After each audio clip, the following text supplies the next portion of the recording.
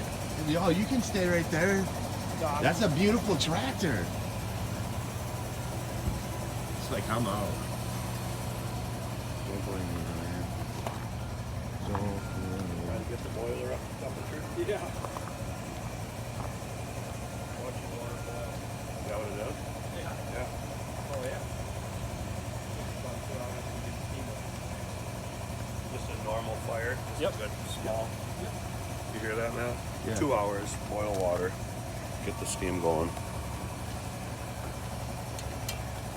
Look at this. Oh, wow. That's amazing. Thank you so much for showing me. So it takes 2 hours for that.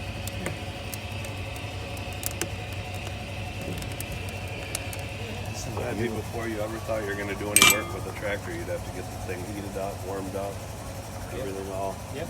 just gone through. Yep. You wonder almost where they were a big improvement for a farmer, but just the amount of work that it added. Yeah. Think how much work the horse was.